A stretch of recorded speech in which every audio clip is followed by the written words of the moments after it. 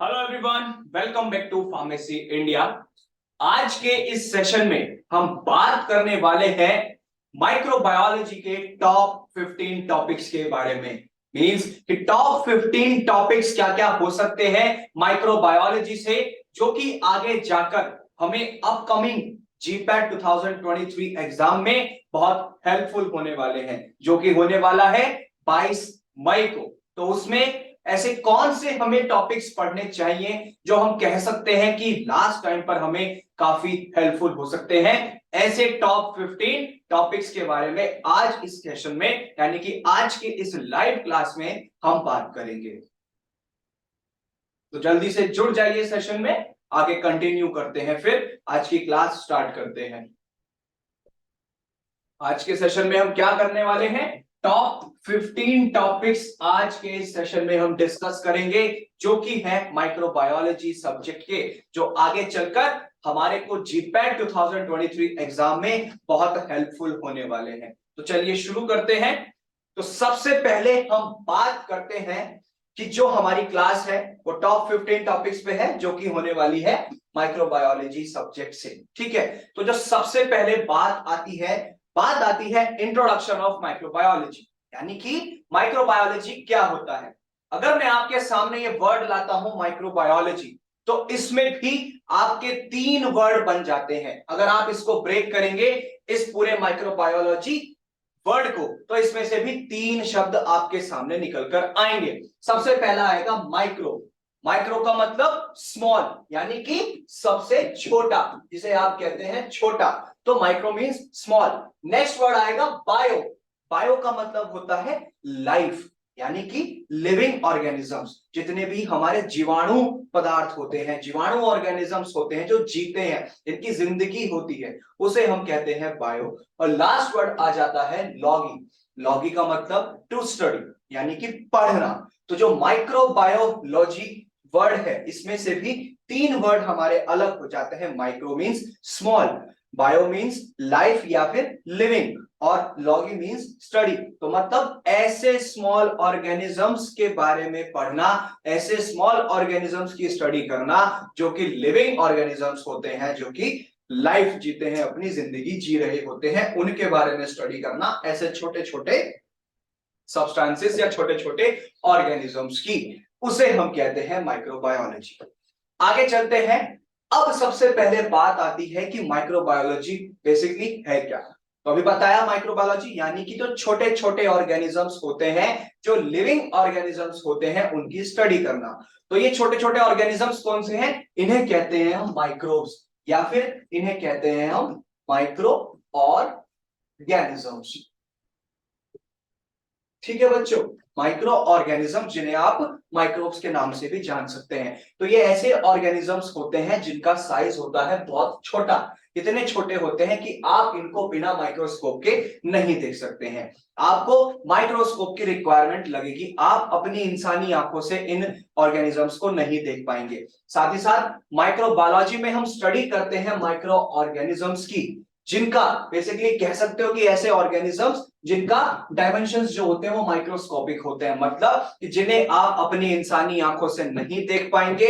उन्हें देखने के लिए आपको माइक्रोस्कोप की रिक्वायरमेंट जरूर लगेगी, क्योंकि इनका जो एक साइज होता है, अगर मैं बात करूं माइक्रो ऑर्गेनिजम्स की या माइक्रोब्स के साइज की, पार्टिकल के साइज की, तो इनका जो डायामीटर है या जो साइज है वो 1 mm यानी कि 1 मिलीमीटर या फिर उससे भी छोटा। तो यानी कि अगर 1 mm है तो उसे भी हम ठीक से अपनी आंख से नहीं देख पाते हैं, तो इसलिए माइक्रोस्कोप की रिक्वायरमेंट होती है। तो माइक्रो ऑर्गेनिजम्स ऐसे ही ऑर्गेनिजम्स हैं जिन्हें आप अपनी आंखों से नहीं देख सकते हैं, उसके लिए आपको माइक्रोस्कोप यूज करना ही होगा। आगे चलते हैं। अगर हम बात करें सब डिविजन्स ऑफ माइक्रो ऑर्गेनिजम्स, जो हमारे माइक्रो ऑर्गेनिजम्स हैं, यानी कि जो माइक्रोब्स हैं, जैसे बैक्टीरिया, फंगाई, पैरासाइट्स, प्रोटोजोआ, ये सब, तो ये सब डिविजन्स हैं। अब उनकी जब स्टडी करते हैं तो उनके लिए पर्टिकुलर टर्म्स यूज की जाती हैं। वो कौन कौन सी हैं उनके बारे में बात करते हैं। जैसे सबसे पहले आती है वायरोलॉजी। वायरोलॉजी मतलब वायरस की स्टडी करना। जहां पर हम वायरस के बारे में पढ़ते हैं उसे हम वायरोलॉजी कहते हैं। एक चीज ध्यान रखिएगा, लॉजी वर्ड आप जानते ही हैं, कौन सा वर्ड? लॉजी। इसे आप जानते ही हैं, जिसका मतलब होता है स्टडी, यानी कि पढ़ना। ठीक है बच्चों, पढ़ना। तो अगर किसी भी वर्ड के साथ लॉजी लग जाता है तो इट मींस कि हमें उसके बारे में पढ़ना है, उसकी स्टडी करना है। फंगाई के साथ लग जाएगा, है ना, तो वो माइकोलॉजी आ जाएगा। ऐसे ही अगर एल्गी के साथ लग जाएगा तो वो फाइकोलॉजी या फाइटोलॉजी आ जाएगा। ऐसे ही वायरस के साथ आया है तो वायरोलॉजी, है ना। तो ऐसे ही जब किन्हीं वर्ड्स के साथ लॉजी लग जाता है तो मतलब कि उसी की जो वर्ड है उसी की हमें स्टडी करना है। वायरोलॉजी में वायरसेस की स्टडी करते हैं, बैक्टीरियोलॉजी में बैक्टीरिया की स्टडी करते हैं, माइकोलॉजी में फंगाई की, जो अभी बताया फंगाई की हम स्टडी करते हैं, और फाइकोलॉजी में हम एल्गे की स्टडी करते हैं, और लास्ट आता है प्रोटोजुओलॉजी, यानी कि जहां पर हम प्रोटोजोआ की स्टडी करते हैं। तो ये होती हैं सब डिविजन्स। मींस कि आप कह सकते हैं इन शॉर्ट कि जिन भी वर्ड्स के साथ जैसे माइक्रो ऑर्गेनिजम्स हैं इनकी सब डिविजन्स, जैसे बैक्टीरिया के साथ लगा तो बैक्टीरियोलॉजी, फंगाई के साथ है तो माइकोलॉजी, वायरस के साथ है तो वायरोलॉजी, प्रोटोजोआ के साथ है तो प्रोटोजुओलॉजी, एल्गी के साथ है तो फाइकोलॉजी। तो ऐसे ही ये हमारा पूरा माइक्रोबायोलॉजी में सब डिविजन्स आ जाता है, किनका? जो हमारे माइक्रो ऑर्गेनिजम्स होते हैं। आगे चलते हैं, अब बात करते हैं सेंट्रल डोग्मा की। किसकी? Central dogma. आपने सुना होगा कि डीएनए से आरएनए बनता है और आरएनए से प्रोटीन बनता है, तो उसमें कुछ टर्म्स आती हैं, जैसे ट्रांसक्रिप्शन आ जाता है, रिवर्स ट्रांसक्रिप्शन आ जाता है, रेप्लिकेशन आता है, और ऐसे ही ट्रांसलेशन आता है। लेकिन एक्चुअल में ये होते क्या है, ठीक है, उसके बारे में हम बात करेंगे। उसी के लिए सेंट्रल डोग्मा हमारा एक टॉपिक है। ठीक है, ठीक है बच्चों, तो अब बात करते हैं बेसिकली, जब एक डीएनए मॉलिक्यूल से नया आरएनए का मॉलिक्यूल बनता है, नया आरएनए का मॉलिक्यूल बनता है, उस प्रोसेस को या उस मेथड को हम ट्रांसक्रिप्शन कहते हैं। ठीक है, यानी कि जो हमारा डीएनए मॉलिक्यूल है इससे जब आरएनए मॉलिक्यूल बनता है तो उसको हम क्या कहते हैं? ट्रांसक्रिप्शन। ऐसे ही अगर मैं बात करूं, जब आरएनए से प्रोटीन बनता है, आरएनए मॉलिक्यूल से प्रोटीन बनता है, उसे कहते हैं हम ट्रांसलेशन। ठीक है, डीएनए से आरएनए बना तो ट्रांसक्रिप्शन, आरएनए से प्रोटीन बना तो ट्रांसलेशन। लेकिन अगर आरएनए मॉलिक्यूल से डीएनए मॉलिक्यूल बनता है, आरएनए से डीएनए बनता है, तो उसे कहते हैं रिवर्स ट्रांसक्रिप्शन। ट्रांसक्रिप्शन क्या है कि जब डीएनए से आरएनए बनता है, अगर इसका आप कर दो रिवर्स, इसका उल्टा, तो क्या होगा? आरएनए से डीएनए बनेगा, उसे कहते हैं हम रिवर्स ट्रांसक्रिप्शन। ऐसे ही अब बात आती है रेप्लिकेशन की। रेप्लिकेशन में क्या होता है, जो पहले से ही एक सेल के अंदर डीएनए मॉलिक्यूल एग्जिस्ट कर रहा है, पहले से ही डीएनए मॉलिक्यूल है, उससे जब दूसरा डीएनए मॉलिक्यूल बनता है, पहले से ही जो डीएनए मॉलिक्यूल मौजूद है उससे जब दूसरा नया डीएनए मॉलिक्यूल बनता है, उसको कहते हैं हम रेप्लिकेशन। और ये पूरा प्रोसेस होता है सेंट्रल डोग्मा, जहां पे डीएनए से आरएनए बनता है, आरएनए से प्रोटीन बनता है। ठीक है बच्चों, एक बार और बता देता हूं आपको, जब एक डीएनए मॉलिक्यूल से आरएनए बनेगा उसे ट्रांसक्रिप्शन कहते हैं, आरएनए से प्रोटीन बनेगा उसे ट्रांसलेशन कहते हैं। ठीक है, ध्यान दीजिएगा, आरएनए से जब डीएनए बनता है उसे कहते हैं रिवर्स ट्रांसक्रिप्शन, और जब एक सेल में पहले से ही डीएनए मौजूद है, डीएनए मॉलिक्यूल है, उस पहले वाले पुराने डीएनए मॉलिक्यूल से जब एक नया डीएनए मॉलिक्यूल बनता है उसे कहते हैं हम रेप्लिकेशन। तो ये है हमारा सेंट्रल डोग्मा, जहां पर डीएनए से आरएनए बनता है, आरएनए से प्रोटीन बनता है। ठीक है बच्चों, आगे चलते हैं, अब बात करते हैं साइंटिस्ट और उनके कंट्रीब्यूशंस की, कि जो हमारे साइंटिस्ट हैं उन्होंने क्या क्या योगदान किया, किन किन चीजों की डिस्कवरी की थी, उसके बारे में बात करते हैं। सबसे पहले साइंटिस्ट थे फ्रेडरिक मिशर। फ्रेडरिक मिशर, इन्होंने क्या काम किया था, जो डीएनए होता है, यानी कि डीऑक्सीराइबोन्यूक्लिक एसिड, डीएनए, उसके डिस्कवरी की थी फ्रेडरिक मिशर ने। आगे चलते हैं, Watson and Crick. Watson and Crick ने क्या काम किया था, डीएनए का डबल हेलिक्स स्ट्रक्चर के बारे में जो बताया था, हम जो आज डीएनए का डबल हेलिक्स स्ट्रक्चर पढ़ पाते हैं उसके बारे में जानते हैं। उसकी देन थी कौन? वाटसन एंड क्रिक ने। नेक्स्ट साइंटिस्ट आए थे नेथन्स एंड स्मिथ। नेथन्स एंड स्मिथ, इन्होंने क्या काम किया था? डीएनए लाइगेज के बारे में जो बताया था, डीएनए लाइगेज की डिस्कवरी नेथन्स एंड स्मिथ ने की थी। नेक्स्ट साइंटिस्ट थे कॉर्नबर्ग। कॉर्नबर्ग ने क्या किया था? कॉर्नबर्ग ने बताया था डीएनए पॉलीमरेज के बारे में, डीएनए पॉलीमरेज के बारे में। ऐसे ही नेक्स्ट साइंटिस्ट थे Sengar and Gilbert. Sengar and Gilbert ने गैस इलेक्ट्रोफोरेसिस प्रोसेस के बारे में बताया था। सेंगर एंड गिलबर्ट ने जेल इलेक्ट्रोफोरेसिस के बारे में बताया था। जेल इलेक्ट्रोफोरेसिस प्रोसेस के बारे में सेंगर एंड गिलबर्ट ने बताया था। और लास्ट साइंटिस्ट थे professor Edwin southern. Professor Edwin southern ने बताया था किसके बारे में? प्लॉटिंग मेथड के बारे में। तो ये थे साइंटिस्ट और उनकी डिस्कवरीज की उन्होंने क्या क्या योगदान दिया, किन किन चीजों की डिस्कवरीज की थी, इन्वेंशंस की थी। आगे चलते हैं, अब बात करते हैं बैक्टीरिया की। ठीक है, माइक्रो ऑर्गेनिजम्स में सबसे पहले जो हम पढ़ते हैं वो आता है बैक्टीरिया। अब बैक्टीरिया में क्या है? बैक्टीरिया हमारे प्रोकार्योटिक ऑर्गेनिजम्स होते हैं, ये यूनिसेलुलर होते हैं और फ्री लिविंग ऑर्गेनिजम्स होते हैं, कहीं भी जाकर ये जी सकते हैं अगर इन्हें न्यूट्रिशन मिलता है इनके अकॉर्डिंग। साथ ही साथ ये क्या काम करते हैं? इनके अंदर डीऑक्सीराइबोन्यूक्लिक एसिड यानी कि डीएनए भी होता है और आरएनए जिसे आप कहते हैं राइबोन्यूक्लिक एसिड, ये दोनों इसके अंदर प्रेजेंट होते हैं।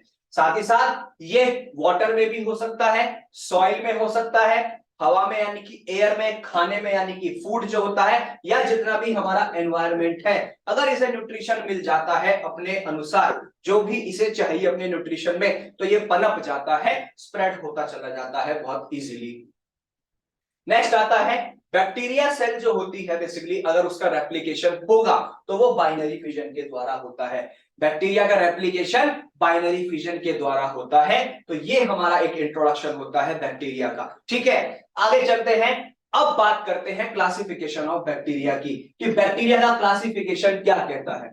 सबसे पहला जो क्लासिफिकेशन आता है बैक्टीरिया का वो आता है मॉर्फोलॉजिकल स्ट्रक्चर्स के बेसिस पे। मॉर्फोलॉजिकल स्ट्रक्चर के बेसिस पे, जिसमें सबसे पहले आते हैं हमारी कैटेगरी स्फेरिकल यानी कि कोकाई। ठीक है, अब बात करेंगे बैक्टीरिया कौन से टाइप का है, ठीक है, उसका अरेंजमेंट कैसा है, उसका स्ट्रक्चर क्या है और उसका एग्जाम्पल क्या है, उसके बारे में हम बात करेंगे। सबसे पहले जो कोकाई यानी कि स्फेरिकल कैटेगरी में आता है बैक्टीरिया, वो आता है माइक्रोकोकाई, यानी कि जो बेसिकली सिंगल सेल होती है, एक अकेली इकलौती, जैसे कि ये स्ट्रक्चर है हमारा, सिंगल सेल है। एग्जाम्पल की बात करूं तो एग्जाम्पल है माइक्रोकोकस। ठीक है, नेक्स्ट आता है डिप्लोकोकाई। डिप्लोकोकाई मतलब कि जहां पर दो सेल्स होती है, एक दो सेल्स जुड़ के एक बनती है, यानी जब दो सेल्स का जॉइंट होता है, दोनों जुड़ती हैं, उसे कहते हैं बेसिकली हम डिप्लोकोकाई। जैसे कि आप यहां पर देख सकते हैं, दो सेल्स आपस में जुड़ रही हैं, अटैच हो रही हैं, जॉइंट बना रही हैं, वो है हमारा डिप्लोकोकाई।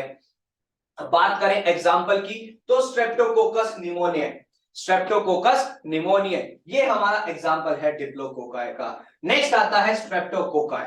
स्ट्रेप्टोकोकाई का मतलब कि अरेंजमेंट कैसा है, ये बेसिकली एक प्लेन चेन होती है, ठीक है, और एक लंबी चेन स्ट्रक्चर बनाती चली जाती है। आप इसका एक छोटा सा आपको अगर एग्जांपल दूं, मटर के दाने होते हैं, मटर को छील लीजिए, उसमें से जो मटर के दाने निकलते हैं उन्हें एक साथ लगा दीजिए, एक दूसरे से चिपका करके, तो एक प्लेन सरफेस पे एक आपकी चेन लाइक स्ट्रक्चर बन जाएगा कुछ इस तरीके का, वो होता है हमारा स्ट्रेप्टोकोकाई। जैसे कि अगर एग्जांपल की बात करें तो स्ट्रेप्टोकोकस पायोजेंस, स्ट्रेप्टोकोकस पायोजन। इसी में आगे कंटिन्यू करते हैं।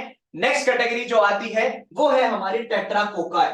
टेट्राकोकाई मतलब जहां पर ग्रुप होता है चार सेल्स का, चार सेल एक साथ जब जुड़ती हैं उसे बेसिकली हम टेट्राकोकाई कहते हैं। जैसे कि यहां पर आप इसका स्ट्रक्चर देख सकते हैं। और एग्जांपल की बात करूं तो एग्जांपल है कैफकिया टेट्राजेना। कौन सा? कैफकिया टेट्राजेना, ये एग्जांपल होता है टेट्राकोकाई का। नेक्स्ट कैटेगरी आती है स्टेफिलोकोकाई, यानी कि यहां पर ग्रेप्स की तरह, अंगूर की तरह एक छत्ता बन जाता है। जैसे कि आप ये देख सकते हैं, अंगूर देखे हैं, ठीक है, जैसे उनका एक गुच्छा होता है, छत्ता होता है ना, आगे पीछे दाएं बाएं कहीं भी होते हैं वो, इसी तरीके से एक स्ट्रक्चर फॉर्म हो जाता है ग्रेप्स की तरह, ठीक है। एग्जाम्पल की बात करें तो स्टेफिलोकोकस ओरियस, स्टेफिलोकोकस ओरियस इसी कैटेगरी का एग्जाम्पल होता है। नेक्स्ट आता है सरकीना, ठीक है। सरकीना में क्या होता है, यहां पर 8 सेल का ग्रुप होता है, 8 सेल जुड़ करके एक स्ट्रक्चर बनाती है इस तरीके से, ठीक है। 8 सेल जब एक साथ जुड़ जाती है तो वो कौन सी कैटेगरी में आती है, सरकीना, ये भी स्फेरिकल कैटेगरी में आता है। एग्जाम्पल की बात करूं तो सरकीना वेंट्रिकुलाई, सरकीना वेंट्रिकुलाई ये इसी का एग्जाम्पल है, सरकीना का। आगे चलते हैं, अब बात आती है नेक्स्ट जो कि है रॉड शेप। रॉड शेप में क्या होगा, सबसे पहला आता है बेसिलस, बेसिलस जिसमें सिंगल सेल्स होती हैं, एक सिंगल सेल होती है रॉड की तरह। रॉड देखियो डंडा होता है जैसे लोहे का या प्लास्टिक का, तो ऐसे ही एक सिंगल सेल होती है, वो बेसिकली हमारी बेसिलस कैटेगरी में होती है। एग्जाम्पल की बात करें तो एग्जाम्पल आता है बेसिलस सीरियस या फिर सैल्मोनेला कोलेरिएसियस, ठीक है। नेक्स्ट आता है डिप्लोबेसिलस, यानी कि यहां पर पेयर हो जाता है बेसिलाई का, ये जो सिंगल सेल है, सिंगल सेल्स का पेयर बन जाता है कुछ इस तरीके से, तो वो हमारा डिप्लोबेसिलस कैटेगरी में आता है, रॉड शेप वाली में। एग्जाम्पल की बात करें तो कॉक्सिला बर्नेटी और क्लेबिसेला, कॉक्सिला बर्नेटी और क्लेबिसिएला। नेक्स्ट आता है स्ट्रेप्टोबेसिलस, स्ट्रेप्टोबेसिलस में क्या होता है, जो बेसिलाई होती हैं, सिंगल चेन जो होती है हमारी, बेसिकली सिंगल सेल्स जो होती हैं उनका एक चेन बन जाता है कुछ इस तरीके से, वो होता है हमारा स्ट्रेप्टोबेसिलस में। एग्जाम्पल की बात करें तो बेसिलस सबटाइलिस, बेसिलस सबटाइलिस। आगे चलते हैं, अब बात करते हैं नेक्स्ट जो कि आती है हमारी कर्व्ड या फिर स्पाइरल, कर्व्ड या स्पाइरल, जिसमें सबसे पहला आता है स्पाइरोशेट्स। स्पाइरोशेट्स में क्या होता है, ये एक स्पाइरल शेप होती है इस तरीके की, है ना, स्पाइरल शेप होती है। फॉर एग्जांपल जैसे ट्रेपोनेमा पैलिडम, ट्रेपोनेमा पैलिडम। ऐसे ही नेक्स्ट कैटेगरी आती है विब्रियो। अब विब्रियो में कैसा अरेंजमेंट होता है स्ट्रक्चर का, या तो कॉमा शेप का होता है या फिर वो कर्व होता है, जैसे डंडे को हम मोड़ देते हैं ना, कोई भी लोहे का है, स्टील का है या प्लास्टिक का मोड़ते हैं तो इस तरीके से कर्व आ जाता है उसमें, या कॉमा शेप जो होती है इस तरीके का इसका स्ट्रक्चर होता है। एग्जाम्पल की बात करें तो विब्रियो कॉलरे, विब्रियो कॉलरे इसी का ही एग्जाम्पल है। ऐसे ही नेक्स्ट आता है स्पाइरेला। स्पाइरेला में क्या होता है, बेसिकली एक लॉन्गर रिजिड रॉड होती है जिसमें कुछ कर्व्स भी होते हैं, एक लंबी सी आपकी रिजिड रॉड है लेकिन उसमें बीच में कर्व्ड है, उसमें मोड़ है उसके अंदर, ठीक है, वो होता है हमारा स्पाइरेला। एग्जाम्पल की बात करें तो एग्जाम्पल आ जाता है स्पाइरेलम रूपे और हेलिकोबैक्टीरियम पाइलोरी, यानी कि Helicobacter pylori means H pylori, ठीक है। ये हो गई हमारी थर्ड कैटेगरी कर्व्ड या स्पाइरल। नेक्स्ट अब बात करते हैं जो कि आती है पैलिसेडे। पैलिसेडे में सबसे पहला जो हमारा बैक्टीरिया है वो है कॉर्नेबैक्टीरियम। तो इसमें एक पैलिसेड अरेंजमेंट होता है, कुछ इस तरीके का स्ट्रक्चर होता है जहां पर ये रॉड शेप होते हैं, सब ये सीधे खड़े होते हैं लेकिन एक दूसरे से अटैच हुए हुए होते हैं। जैसे एग्जांपल है कॉर्नेबैक्टीरियम डिप्थेरिया, कॉर्नेबैक्टीरियम डिप्थेरिया। नेक्स्ट आता है मोल्ड लाइक। मोल्ड लाइक में क्या होगा, स्ट्रेप्टोमाइसिटीज कैटेगरी आती है बैक्टीरियाज की, जहां पर मोल्ड लाइक फिलामेंट्स होते हैं, जो फिलामेंट्स है ना इसमें मोल्ड यानी कि जो जुड़े हुए होते हैं, जोड़ होते हैं, ये सब आ जाते हैं इसके अंदर।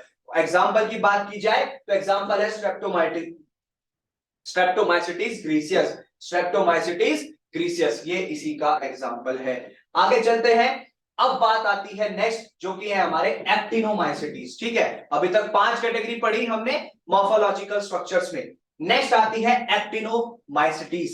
एक्टिनोमाइसिटीज में क्या होता है, जो हमारे फिलामेंटस बैक्टीरिया होते हैं उन्हीं की तरह ब्रांचिंग होती है, जो हमारे फिलामेंटस बैक्टीरिया है उन्हीं की तरह ब्रांचिंग होती है, जैसे ये स्ट्रक्चर है। एग्जाम्पल की बात करें तो streptomycetes, streptomyces species, streptomyces species example होता है।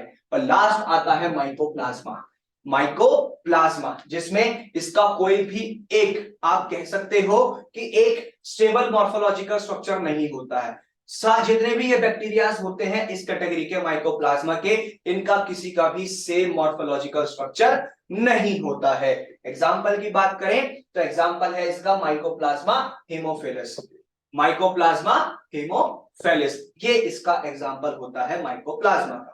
आगे चलते हैं, अब बात आती है नेक्स्ट कैटेगरी की, जो कि है classification of bacteria on the basis of temperature. अभी फर्स्ट कैटेगरी थी हमारी मॉर्फोलॉजिकल स्ट्रक्चर के बेसिस पे, नेक्स्ट है on the basis of temperature. सबसे पहले कैटेगरी आती है साइक्रोफाइल्स। साइक्रोफाइल्स जहां पर जो टेम्परेचर होता है 0 to 15 डिग्री सेल्सियस, 0 से 15 डिग्री सेल्सियस का जो तापमान होता है, जहां पर ये नॉन पैथोजेनिक्स होते हैं, इजिली फैलते नहीं है, उस कैटेगरी को कहते हैं हम साइक्रोफाइल्स। एग्जाम्पल की बात करें तो सेप्रोफाइट्स इसी के एग्जाम्पल होते हैं। नेक्स्ट आता है मीजोफाइल्स। मीजोफाइल्स में जो टेम्परेचर होता है वो 20 से 45 डिग्री सेल्सियस का होता है, और इस टेम्परेचर पे 20 से 45 20 to 45 डिग्री सेल्सियस इस टेम्परेचर पे ये जो पार्टिकल्स होते हैं, माइक्रो ऑर्गेनिजम्स होते हैं, जैसे बैक्टीरिया की बात कर रहे हैं, बैक्टीरिया है ये बहुत इजीली स्प्रेड हो सकता है, ये पैथोजन होता है। Example corynebacterium diphtheria. और नेक्स्ट कैटेगरी आती है जो कि है थर्मोफाइल्स। थर्मोफाइल्स में जो टेम्परेचर है वो 50 to 70 डिग्री सेल्सियस होता है, यानी कि बहुत ज्यादा हीट अप हो जाता है, इतना ज्यादा इसका टेम्परेचर होता है, जो कि नॉन पैथोजेनिक होते हैं। एग्जाम्पल की बात की जाए तो स्ट्रेप्टोकोकस थर्मोफाइल्स। स्ट्रेप्टोकोकस थर्मोफाइल्स ये इसी का ही एग्जाम्पल है। आगे चलते हैं, नेक्स्ट जो कैटेगरी आती है वो आती है हमारी on the basis of pH requirement. Next category है classification of bacteria on the basis of pH requirement. PH requirement दो कैटेगरीज हो गई, मॉर्फोलॉजिकल स्ट्रक्चर के बेसिस पे क्लासिफाई किया, नेक्स्ट टेम्परेचर के बेसिस पे, अब बात करते हैं पीएच के बेसिस पे। तो इसमें जो कैटेगरी आती है वो है हमारी एसिडोफाइल्स, यानी कि नाम से ही पता चल जा रहा है हमको, एसिडोफाइल्स मतलब जो एसिडिक नेचर में होते हैं। जो पीएच कितना होगा 1.0 to 6.5, 1 से 6.5 तक का जिसका पीएच रेंज है वो एसिडोफाइल्स होते हैं। जैसे हमारा लैक्टोबैसिलस एसिडोफाइलस होता है, लैक्टोबैसिलस एसिडोफाइलस। नेक्स्ट आता है न्यूट्रोफाइल्स। न्यूट्रोफाइल्स में यानी कि जो न्यूट्रल होते हैं। एक सिंपल सी बात बताइए आप कि अगर किसी कोई न्यूट्रल मीडियम है हमारे पास, ठीक है, तो उसका पीएच कितना होगा 7 होगा। तो ऐसे ही न्यूट्रोफाइल्स जो होते हैं इनका पीएच है 6.5 to 7.5। फॉर एग्जांपल एस्चेरिशिया कोलाई होता है, सैल्मोनेला टाइफी। अब बात करते हैं एसिडोफाइल्स हो गए, न्यूट्रोफाइल्स हो गए, और लास्ट आते हैं बेसिलोफिलिक या बेसिलोफाइल्स। ठीक है, इनका जो पीएच होगा वो 7.5 to 14 होगा। 7.5 से 14 की जो पीएच रेंज होगी वो होते हैं हमारे बेसोफाइल्स या बेसोफिलिक। ठीक है, अगर हम बात करें इनके एग्जांपल्स की तो वो विब्रियो कॉलेरा या फिर अर्गोबैक्टीरियम, विब्रियो कॉलेरा या फिर अर्गोबैक्टीरियम, ये होते हैं बेसिकली हमारा। ये अब हमने अभी तक 3 क्लासिफिकेशन पढ़ लिया है, मॉर्फोलॉजिकल स्ट्रक्चर के बेसिस पे, टेम्परेचर के बेसिस पे और पीएच के बेसिस पे। आगे चलते हैं, अब बात करते हैं classification on the basis of oxygen requirement. Oxygen requirement के बेसिस पे भी बैक्टीरिया को क्लासिफाई किया गया है। कैसे? सबसे पहला आता है ऑब्लिगेट एरोब्स। अब बात करते हैं बेसिकली कि एरोब्स क्या होते हैं और एनारोब्स क्या होते हैं। अगर मैं बात करता हूं एरोब्स की, मतलब कि ऐसे ऑर्गेनिजम्स जो ऑक्सीजन की रिक्वायरमेंट में, यानी कि जब ऑक्सीजन होगी प्रेजेंट तभी ग्रो कर पाएंगे। ठीक है, अगर मैं बात करूं एनारोब्स की, एनारोब्स में क्या होगा जब आपको ऑक्सीजन की रिक्वायरमेंट नहीं होती है और वो उसमें ग्रो कर जाते हैं। तो ये होते हैं एरोब्स और एनारोब्स। ऐसे ही यहां पर क्या है, ऑक्सीजन रिक्वायरमेंट के बेसिस पे बैक्टीरिया को क्लासिफाई किया गया है। सबसे पहले कैटेगरी है हमारी ऑब्लिगेट एरोब्स, मतलब कि जो सिर्फ और सिर्फ ऑक्सीजन की प्रेजेंट में ही ग्रो कर सकते हैं ऐसे बैक्टीरिया। एग्जाम्पल की बात करें तो बहुत सारे हैं, नोकार्डिया, बेसिलस सीरियस, मेनिंगोकोकस, ब्रुशेला, वर्डेटेला और माइकोबैक्टीरियम। ठीक है, नेक्स्ट कैटेगरी आ जाती है ऑब्लिगेट एनारोब्स, मतलब कि ऐसे बैक्टीरिया, ऐसे ऑर्गेनिज्म जो बिना ऑक्सीजन के ही ग्रो कर सकते हैं, ऑक्सीजन की रिक्वायरमेंट ही नहीं है, वो हमारे होते हैं ऑब्लिगेट एनारोब्स। एग्जांपल क्लोस्ट्रिडियम है, स्ट्रेप्टोकोकाई है और बैक्टीरियोइड्स हैं। ठीक है, अब कैटेगरी आती है नेक्स्ट जो कि है फैकल्टेटिव एनारोब्स, मतलब फैकल्टेटिव एनारोब्स का मतलब जो ऑक्सीजन की एब्सेंस में भी ग्रो कर सकते हैं और ऑक्सीजन की प्रेजेंस में भी ग्रो कर सकते हैं, उन्हें कहते हैं हम facultative anaerobes. Example staphylococci, salmonella, shigella, corynebacterium, listeria, escherichia coli और माइकोप्लाज्मा। नेक्स्ट कैटेगरी आती है माइक्रो एरोफिलिक। माइक्रो एरोफिलिक मतलब कि यहां पर जो मिनिमम कंसंट्रेशन होती है बैक्टीरिया की ग्रो करने की वो 5% होनी चाहिए ऑक्सीजन की। अगर ऑक्सीजन की कंसंट्रेशन हो जाती है ज्यादा यानी कि हाई, तो जो ये कैटेगरी है बैक्टीरिया की ये हो जाती है पॉइजनस, टॉक्सिक यानी कि जहरीली। तो ये चीज हमें इस कंडीशन को फॉलो करना होता है। एग्जाम्पल की बात करें तो हेलिकोबैक्टर पाइलोरी, स्पाइरोशेट्स और कैम्पाइलोबैक्टर, ये एग्जांपल्स होते हैं किसके, माइक्रो एरोफिलिक के। नेक्स्ट आते हैं अब एरोटॉलरेंट माइक्रो ऑर्गेनिजम्स। एरोटॉलरेंट माइक्रो ऑर्गेनिज्म मतलब इन्हें ग्रोथ के लिए इन्हें अगर अपनी ग्रोथ करनी है तो उसके लिए इन्हें ऑक्सीजन की रिक्वायरमेंट नहीं होती है। ये बेसिकली मेटाबोलाइज कर सकते हैं एनारोबिकली बिना ऑक्सीजन के। अनलाइक यानी कि ये उसकी तरह नहीं है जैसे हमारे ऑब्लिगेट एनारोब्स होते हैं, ठीक है, उनकी तरह नहीं है क्योंकि वो पॉइजनस नहीं हो सकते हैं। ऐसे जो कैटेगरी के बैक्टीरिया हैं हमारे वो पॉइजनस नहीं होते। तो ये था क्लासिफिकेशन, जो हमने 4 क्लासिफिकेशन पढ़ा, morphological structure, pH requirement, then उसके बाद टेम्परेचर और अब ये हमारा ऑक्सीजन रिक्वायरमेंट। आगे चलते हैं, नेक्स्ट कैटेगरी आती है classification of bacteria on the basis of flagella. Flagella के बेसिस पे भी बैक्टीरिया को क्लासिफाई किया गया है। कैसे?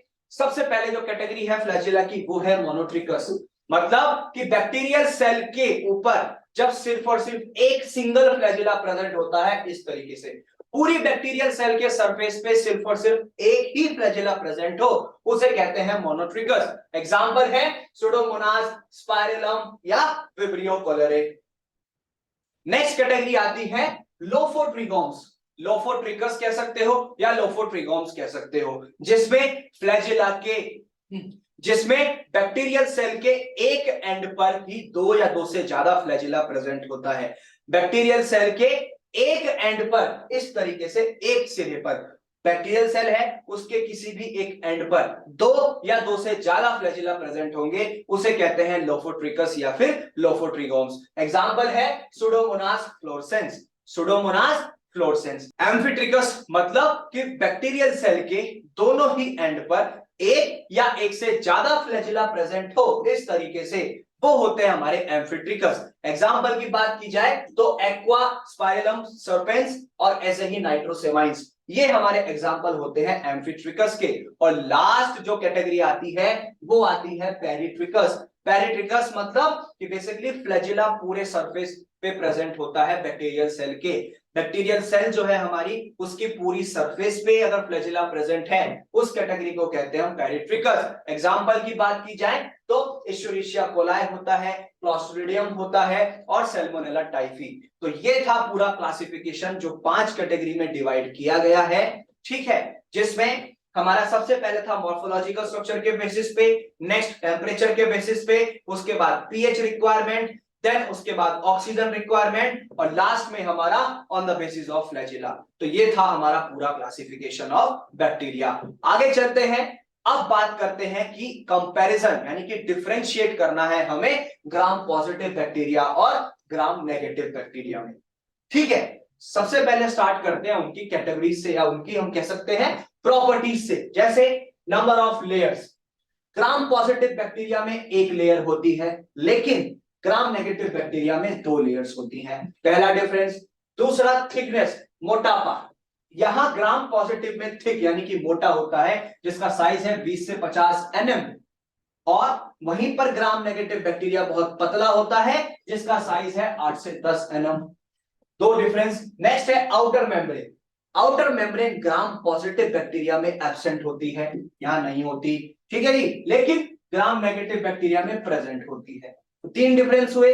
नेक्स्ट आता है पेरिप्लाज्मिक, मतलब कि जो कुछ सेल्स में ग्राम पॉजिटिव बैक्टीरिया जो होते हैं उनमें प्रेजेंट होता है, लेकिन ग्राम नेगेटिव में प्रेजेंट नहीं होता। लेकिन ग्राम नेगेटिव बैक्टीरिया में हर सेल में प्रेजेंट होता है। यहां पर कुछ सेल में प्रेजेंट है ग्राम पॉजिटिव बैक्टीरिया में, लेकिन ग्राम नेगेटिव में हर सेल में प्रेजेंट होता है। नेक्स्ट आता है केमिकली सेल वॉल। कैसी केमिकली सेल वॉल है तो कौन कौन सी? यहां ग्राम पॉजिटिव बैक्टीरिया की बात करें तो पेप्टाइडोग्लाइकन होता है, टेकोइक एसिड होता है, लिपोटिकोइक प्रेजेंट होता है। यानी कि इस तीन टाइप की तीन कैटेगरीज है केमिकली सेल वॉल की, जैसे पेप्टाइडोग्लाइकन, टेकोइक एसिड और लिपोटिकोइक। लेकिन अगर हम बात करें ग्राम नेगेटिव की तो यहां पर लिपोपॉलीसेक्राइड्स होते हैं और लिपोप्रोटीन होते हैं, ये प्रेजेंट होते हैं ग्राम नेगेटिव बैक्टीरिया में। नेक्स्ट आता है प्रोटीन। प्रोटीन ग्राम पॉजिटिव बैक्टीरिया में नहीं होता, लेकिन ग्राम नेगेटिव बैक्टीरिया में प्रेजेंट होता है। ऐसे ही लिपिड्स।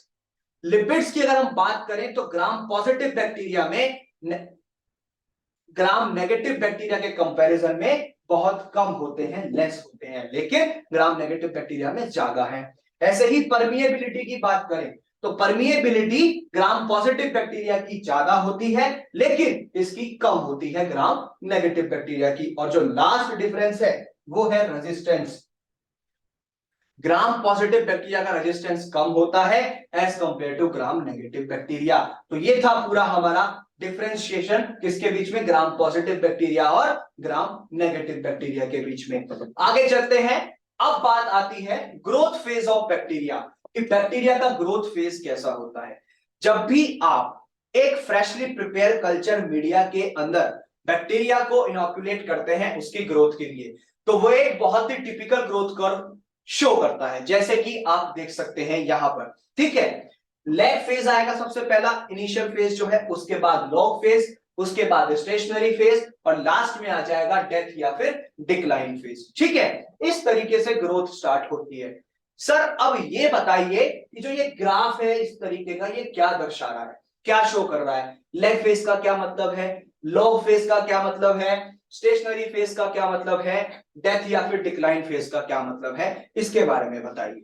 तो वो मैं आपको बताता हूं, घबराने की जरूरत नहीं है, सारे डाउट्स क्लियर होंगे आपके फार्मेसी इंडिया के द्वारा। ठीक है, सबसे पहला है हमारा लैग फेज, मतलब जब भी आप फ्रेशली प्रिपेयर कल्चर मीडिया के अंदर बैक्टीरिया की ग्रोथ कराना स्टार्ट करते हैं तो एकदम से बेसिकली कह सकते हो कि मल्टीप्लिकेशन स्टार्ट होता है। जो बैक्टीरिया है उसका रिप्रोडक्शन स्टार्ट होता है, यानी कि 1 से 2, 2 से 4 होना वो स्टार्ट हो जाता है बैक्टीरिया का काउंट। नेक्स्ट आता है लॉग फेज, ये वाला फेज जिसे आप एक्सपोनेंशियल फेज भी कहते हैं। यहां पर जो ग्रोथ रेट होता है बहुत हाईएस्ट रेट होता है, बहुत तेजी से रेट उसका बढ़ रहा होता है ग्रोथ फेज का, और जितनी भी इनकी जनरेशन होती है वो डबल हो जाती है। ठीक है, इसीलिए कहा जाता है कि जो ये लॉग फेज है यानी कि एक्सपोनेंशियल फेज, यहां पर ग्रोथ रेट बहुत ज्यादा होता है, ग्रोथ रेट बहुत हाई होता है। नेक्स्ट आता है स्टेशनरी फेज। स्टेशनरी फेज का मतलब होता है जो रिप्रोडक्शन होता है, यानी कि मल्टीप्लिकेशन जो हो रहा है, ग्रोथ रेट जो है बैक्टीरिया का वो और डेथ रेट दोनों सेम होते हैं, समान भाव पर होते हैं। अगर 100 बैक्टीरिया नए बने हैं तो 100 ही मर रहे होते हैं, इसीलिए ये एक बिल्कुल स्ट्रेट लाइन आ जाती है, स्टेशनरी फेज कहलाया जाता है। लास्ट आता है डेथ फेज या फिर डिक्लाइन फेज। यहां पर डेथ होना स्टार्ट हो जाता है एकदम से बैक्टीरिया का। क्यों? क्योंकि न्यूट्रिशन प्रॉपर नहीं मिल पाता है, जिसकी वजह से इनकी डेथ स्टार्ट हो जाती है, ये मरण स्थिति में पहुंच जाते हैं। ठीक है, तो ये था पूरा हमारा ग्रोथ कर्व, एक कह सकते हो ग्रोथ फेज ऑफ बैक्टीरिया, जिसमें जो एक हमारा lag phase, log phase, stationary phase और डेथ या फिर डिक्लाइन फेज, ये चारों क्या क्या बात करते हैं, यानी कि क्या क्या बताते हैं, उसके बारे में भी हमने यहां पर जाना। ठीक है, अगर मैं बात करूं सिंपल वर्ड्स में तो 4 फेज होते हैं ग्रोथ कर्व में। सबसे पहला था हमारा लैग फेज, ठीक है, नेक्स्ट था लॉग फेज,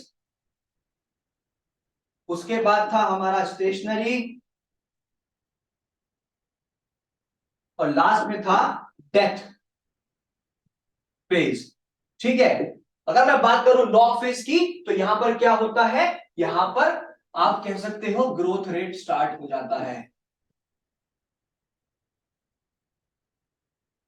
ठीक है, ग्रोथ रेट स्टार्ट होता है। लॉग फेज में क्या होता है, एक्सपोनेंशियल फेज में यहां पर जो ये ग्रोथ रेट है ये बहुत ज्यादा हाई हो जाता है, एकदम से बढ़ जाता है, इसीलिए ग्राफ ऊपर की तरफ उठता है। स्टेशनरी फेज में जो आपका ग्रोथ रेट होता है, ठीक है, जो मैं कह रहा हूं जीआर यानी कि ग्रोथ रेट, और आपका जो डेथ रेट होता है यानी कि डीआर, ठीक है, ये हमारा बेसिकली बराबर होता है।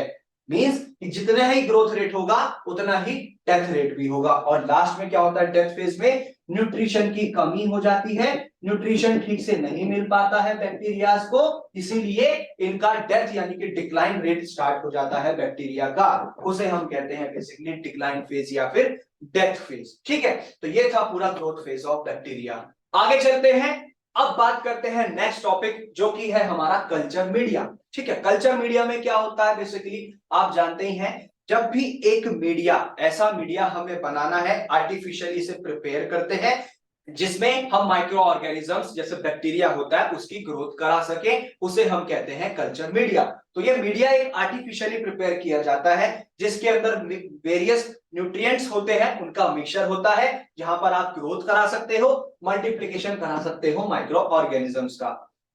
अब बात करते हैं कॉमन इंग्रेडिएंट्स क्या होते हैं इस कल्चर मीडिया के अंदर। तो सबसे पहला आता है पेप्टोन। ठीक है, जब बात करेंगे इंग्रेडिएंट्स या कॉम्पोजिशन की, किसकी, कल्चर मीडिया की, जिसमें सबसे पहला आता है पेप्टोन, यानी कि यहां पर मिक्सचर होता है पार्शियली डाइजेस्टेड प्रोटीन का, पार्शियली डाइजेस्टेड प्रोटीन्स का, जो कि न्यूट्रिशन का काम करता है इन माइक्रो ऑर्गेनिजम्स की ग्रोथ में। नेक्स्ट आता है अगार। अगार को इसलिए यूज किया जाता है क्योंकि ये कल्चर को सॉलिडिफाइंग करने में, उसको सॉलिड करने में मदद करता है, उस जो कल्चर मीडिया है उसको सॉलिड करने में मदद करता है, और इसमें कोई न्यूट्रिशन प्रॉपर्टी नहीं होती।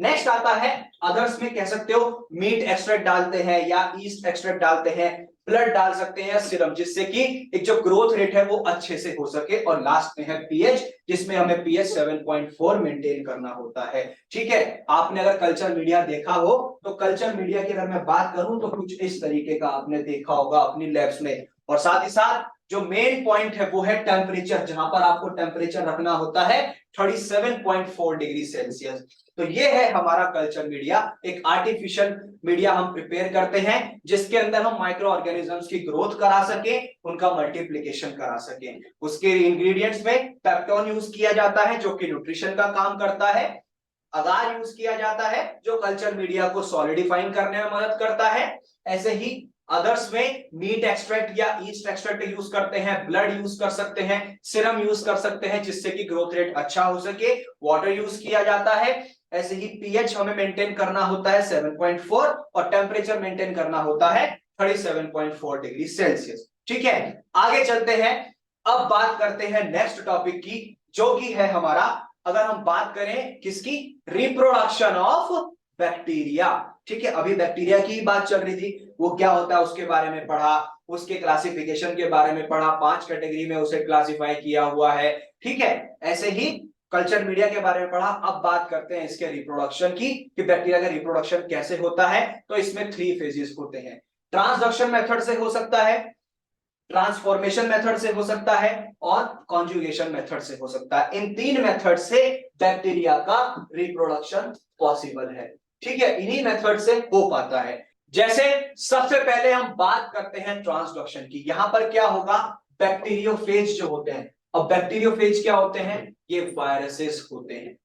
क्या होते हैं, ये वायरसेस होते हैं ऐसे जो कि सिर्फ और सिर्फ एक बैक्टीरियल सेल पर ही जाकर काम कर पाते हैं, वहीं पर ग्रोथ कर पाते हैं और वहीं से ही बन पाते हैं। ठीक है, अब बात करते हैं इसके बैक्टीरियोफेज की, क्या है यहां पर बेसिकली, तो आप देख सकते हो ये है हमारा डीएनए, ठीक है, और ये है हमारा होस्ट बैक्टीरियल सेल, ये है उस बैक्टीरिया का क्रोमोसोम या आप कह सकते हो डीएनए। ठीक है, बैक्टीरियोफेज क्या काम करेगा, यहां पर जो है बेसिकली वो इसके साथ आकर जुड़ जाता है। ठीक है, और जुड़ेगा कैसे, उस पर अटैच हो जाता है कौन, जो ये आपका बैक्टीरियोफेज होता है। जैसे ही जुड़ा, अपना ये क्या काम करता है, जो बैक्टीरियल क्रोमोसोम है उससे इसका क्या काम है कि उसके साथ इसे अटैच होना है।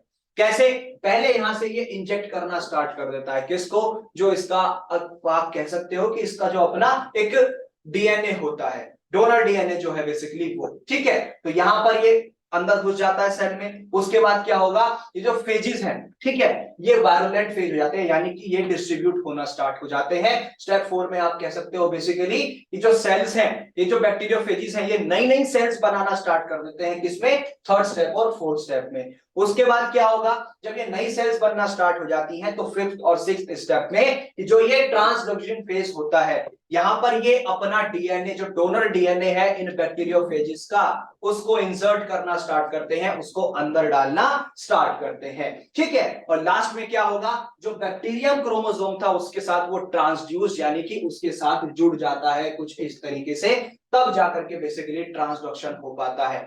इस तरीके से एक पोर्शन जो होता है डीएनए का, एक बैक्टीरिया से दूसरे बैक्टीरिया में बैक्टीरियोफेजिस के द्वारा होता है। इस प्रोसेस को हम कहते हैं बेसिकली क्या, ट्रांसडक्शन।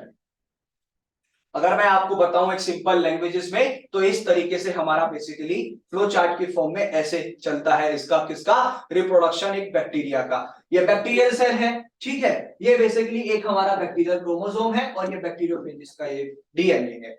उसके बाद क्या होगा, यहाँ पर ये वायरोलेंट होना स्टार्ट हो जाते हैं थर्ड और फोर्थ स्टेप में, ये नई नई सेल्स अपनी बनाना स्टार्ट करते हैं। और उसके बाद क्या होगा, फिफ्थ और सिक्स्थ स्टेप में जो ये बैक्टीरियोफेजिस हैं, ये बेसिकली यहां पर आकर अटैच होते हैं बैक्टीरियल सेल पे, जिससे कि ये अपना एक डोनर डीएनए इंसर्ट कर सके। और उसके बाद जो ये डोनर डीएनए है, ये इस बैक्टीरियल क्रोमोसोम्स पे जाकर रिकॉम्बिनेशन के द्वारा उससे जुड़ जाए और एक नया सेल बन जाए।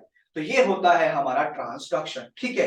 एक छोटा सा अगर मैं आपको क्लिप दिखाऊं तो इस तरीके से ट्रांसडक्शन होता है। बाहर से जो एक हमारा डोनर डीएनए है वो आता है और वो इस बैक्टीरियल क्रोमोसोम पर जुड़ जाता है, ठीक है। अब बात करते हैं नेक्स्ट, जो कि है ट्रांसफॉर्मेशन। यहां पर डीएनए फ्रेगमेंट्स के द्वारा ट्रांसफॉर्मेशन हो सकता है और दूसरा प्लाज्मिड के द्वारा ट्रांसफॉर्मेशन होता है। अभी हम बात करेंगे डीएनए फ्रेगमेंट्स की। तो क्या होगा, जो ये डीएनए फ्रेगमेंट्स होते हैं, ये बैक्टीरियल क्रोमोसोम को टारगेट करने की कोशिश करते हैं, और ये है हमारा होस्ट बैक्टीरियल सेल, ठीक है। यहां पर इसका अपटेक, यानी जो ये बैक्टीरियल सेल है, इसके अंदर चला जाता है डीएनए फ्रेगमेंट। अब क्या होगा, दो ही चीज पॉसिबल है, या तो डिग्रेडेशन हो जाएगा, जो ये डीएनए पार्टिकल इसके अंदर घुसा है, ये क्या काम करना चाह रहा है, इस जो ये बैक्टीरियल क्रोमोसोम है इसको टारगेट इसके साथ जुड़ना चाह रहा है, तभी तो एक नया सेल बनेगा। लेकिन अगर ये डिग्रेडेशन हो जाएगा तो ये जो पार्टिकल्स हैं डीएनए फ्रेगमेंट्स, ये डिस्ट्रीब्यूट हो जाते हैं। अगर जुड़ेगा तो कैसे, यहां पर नॉन रेसिप्रोकल रिकॉम्बिनेशन हो जाएगा, मींस कि यहां पर एक स्टेबल ट्रांसफॉर्मेशन बन जाएगा बैक्टीरियल क्रोमोसोम के साथ जाकर के। ये जो हमारा बेसिकली बैक्टीरियल कह सकते हो डीएनए फ्रेगमेंट है, ये उसके साथ अटैच हो जाएगा और एक नया सेल आपका बनकर तैयार हो जाएगा।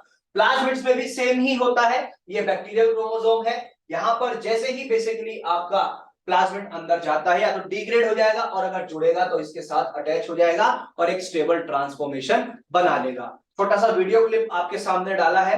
इस तरीके से बेसिकली स्टेप चलता है ट्रांसफॉर्मेशन में। एक जो आपका डीएनए फ्रेगमेंट है वो इंसर्ट होता है, अगर डिग्रेड होगा तो अलग हो जाएगा, उसके साथ फिर कुछ नहीं होगा। लेकिन अगर एक ट्रांसफॉर्मेशन होगा तो इस तरीके से बेसिकली एक नया डीएनए सेल, एक कह सकते हो कि डीएनए के साथ आपका एक नया बैक्टीरियल सेल बन जाता है। आगे चलते हैं, अब बात करते हैं बैक्टीरियल कॉन्जुगेशन की। बैक्टीरियल कॉन्जुगेशन की यहां पर क्या काम होता है, यहां पर बेसिकली आप देख सकते हो, ये होता है हमारा डोनर सेल और ये है रेसिपिएंट सेल, ठीक है। ये है आपका प्लाज्मिड। अब क्या काम होगा, यहां पर बेसिकली सबसे पहले में जो डोनर सेल है, ये रेसिपिएंट सेल के साथ पाइलस के थ्रू, ठीक है, ये पाइलस होता है, इसके थ्रू अटैच होगी, उसके साथ जुड़ेगी, जिससे कि ये आगे जाकर के एक साथ चल सके। सेकंड स्टेप में क्या होगा, जो आपका बेसिकली ये है पाइलस, ये बीच में से ब्रेक हो जाएगा और ये एक दूसरे के साथ अटैच हो जाएंगी। यहां पर आप कह सकते हो एक दूसरे के साथ डोनर सेल का और रेसिपिएंट सेल का आदान प्रदान हो सकेगा, ये एक दूसरे से कांटेक्ट कर पाएंगी। नेक्स्ट आता है जो आपका एक स्ट्रैंड है इसका प्लाज्मिड का, या कह सकते हो डीएनए का, प्लाज्मिड डीएनए का एक स्ट्रैंड जो है वो रेसिपिएंट सेल के अंदर जाना स्टार्ट होगा इस तरीके से। और लास्ट स्टेप में क्या होगा, ये जो आपका प्लाज्मिड डीएनए इस रेसिपिएंट सेल के अंदर जाना स्टार्ट हुआ है, ये हूबहू सेम इस वाली सेल में भी जाकर हो जाएगा। यहाँ पर क्या होगा, रेसिपिएंट जो है एक सिंथेसाइज कर लेगा, फिलामेंट्री स्ट्रैंड बना लेगा, कॉम्प्लीमेंट्री स्ट्रैंड बना लेगा और एक नया सेल आपका बनकर तैयार हो जाएगा। डोनर सेल से रेसिपिएंट सेल जो है बेसिकली सेम हूबहू हो जाएगा। ऐसे होता है बेसिकली बैक्टीरियल कॉन्जुगेशन। छोटा सा वीडियो क्लिप में आपको दिखाऊं तो जो ये हमारा प्लाज्मिड डीएनए होता है इस तरीके से जाता है और रेसिपिएंट सेल में इस ये जो आपका पाइलस होता है यही तो दोनों सेल्स को जोड़ रहा है। यहां से आपका ये डीएनए प्लाज्मिड डीएनए जो है ये मूव करता है और यहां पर जाकर एक नया सेल बना देता है। एक डोनर सेल की तरह एक नई सेल आपकी रेसिपिएंट सेल बनकर तैयार हो जाती है। तो इस तरीके से रिप्रोडक्शन होता है बैक्टीरिया का। अब बात करते हैं नेक्स्ट टॉपिक जो कि है difference between prokaryotes and eukaryotes. Prokaryotes और यूकार्योट्स के बीच में हमें डिफरेंस बताना है। जैसे सबसे पहले हम बात करते हैं इसमें डिफरेंस में टाइप ऑफ सेल, किस टाइप का सेल होता है। प्रोकार्योट में हमेशा यूनिसेलुलर होगा, लेकिन यूकार्योट्स में यूनिसेलुलर के साथ साथ मल्टीसेलुलर भी होता है। नेक्स्ट आता है सेल साइज। सेल का साइज क्या होगा। प्रोकार्योट्स में जो इसका साइज होता है सेल का वो 0.2 माइक्रोमीटर से 2 माइक्रोमीटर होता है डायमीटर। लेकिन अगर यूकार्योट्स की बात करें तो यहां पर साइज 10 माइक्रोमीटर से 100 माइक्रोमीटर होता है डायमीटर में। नेक्स्ट आता है सेल वॉल। सेल वॉल की अगर हम बात करें तो यूजुअली ये प्रेजेंट होता है केमिकली, एक जो आपका नेचर है इसका कॉम्प्लेक्स होता है, केमिकली कॉम्प्लेक्स नेचर होता है और हमेशा प्रेजेंट मिलेगा। लेकिन यूकार्योट्स की बात करें ये सिर्फ और सिर्फ तभी प्रेजेंट होगा जब केमिकली ये सिंपल होगा नेचर में। यहां पर कब है, जब नेचर में ये कॉम्प्लेक्स है, केमिकली कॉम्प्लेक्स, लेकिन यहां पर केमिकली सिंपल है नेचर में। नेक्स्ट आता है न्यूक्लियस। न्यूक्लियस में क्या है, न्यूक्लियस होता है प्रोकार्योट्स के अंदर एब्सेंट, लेकिन यहां पर एक न्यूक्लियोइड रीजन होता है सेल के अंदर। ठीक है, अगर हम बात करें यूकार्योट्स की तो यहां पर तो न्यूक्लियस प्रेजेंट ही होता है। नेक्स्ट आता है राइबोसोम्स। प्रोकार्योट्स के अंदर राइबोसोम्स प्रेजेंट होते हैं, लेकिन इनका जो साइज है वो होता है छोटा और स्फेरिकल होते हैं शेप्स में। ठीक है, साइज छोटा और स्फेरिकल होते हैं शेप्स में। अगर हम बात करें यूकार्योट्स की तो यूकार्योट्स में क्या है, ये प्रेजेंट होते हैं। और अगर हम बात करें प्रोकार्योट्स के कंपैरिजन में तो इनका जो साइज होता है वो बड़ा होता है और जो शेप है वो लीनियर होती है। प्रोकार्योट्स में स्फेरिकल शेप थी लेकिन यूकार्योट्स में लीनियर शेप है। और नेक्स्ट आता है डीएनए अरेंजमेंट। डीएनए अरेंजमेंट कैसा होगा, प्रोकार्योट्स में होता है सर्कुलर और यूकार्योट्स में होता है लीनियर। ये था हमारा बेसिकली यूकार्योट्स और प्रोकार्योट्स में डिफरेंस। इसी को कंटिन्यू करते हैं। नेक्स्ट आता है माइटोकॉन्ड्रिया। प्रोकार्योट्स में माइटोकॉन्ड्रिया नहीं होता लेकिन यूकार्योट्स में होता है, बिल्कुल सही बात है। नेक्स्ट है साइटोप्लाज्म। प्रोकार्योट्स के अंदर प्रेजेंट होता है लेकिन सेल ऑर्गेनेल्स में एब्सेंट होता है। यहां अगर हम बात करें यूकार्योट्स में तो दोनों ही जगह इसके सेल के अंदर भी होगा और जो सेल ऑर्गेनेल्स होती हैं वहां पर भी प्रेजेंट होगा। नेक्स्ट आता है एंडोप्लाज्मिक रेटिकुलम। प्रोकार्योट्स में नहीं होता लेकिन साहब यूकार्योट्स में होता है। प्रोकार्योट में नहीं है, यूकार्योट्स में होता है। नेक्स्ट आता है प्लाज्मिड्स। प्रोकार्योट्स में प्रेजेंट होता है लेकिन अगर मैं बात करूं यूकार्योट्स की तो यहां पर बहुत रेयरली आपको मिलेगा ये यूकार्योट्स में। नेक्स्ट आता है राइबोसोम। राइबोसोम में ये छोटे छोटे पार्ट्स में होता है, स्मॉल राइबोसोम्स होते हैं, लेकिन यहाँ यूकार्योट्स में लार्ज राइबोसोम्स होते हैं। नेक्स्ट आता है लाइसोसोम्स। लाइसोसोम्स और सेंट्रोसोम्स यहाँ पर एब्सेंट होते हैं। लाइसोसोम्स और सेंट्रोसोम्स प्रोकार्योट्स में नहीं होते, लेकिन यूकार्योट्स की बात करें तो दोनों ही लाइसोसोम्स भी और सेंट्रोसोम्स भी प्रेजेंट होते हैं। नेक्स्ट आता है सेल डिवीजन। सेल डिवीजन कैसे होगा, प्रोकार्योट्स में बाइनरी फिजन के द्वारा होगा लेकिन यूकार्योट्स में माइटोसिस के द्वारा होगा। नेक्स्ट आता है फ्लैजिला। फ्लैजिला प्रोकार्योटिक सेल में प्रेजेंट होते हैं और साथ ही साथ लार्जर साइज में होते हैं, बड़ा साइज होता है, लेकिन यूकार्योट्स में फ्लैजिला प्रेजेंट तो होता है लेकिन साइज होता है छोटा। नेक्स्ट आता है रिप्रोडक्शन।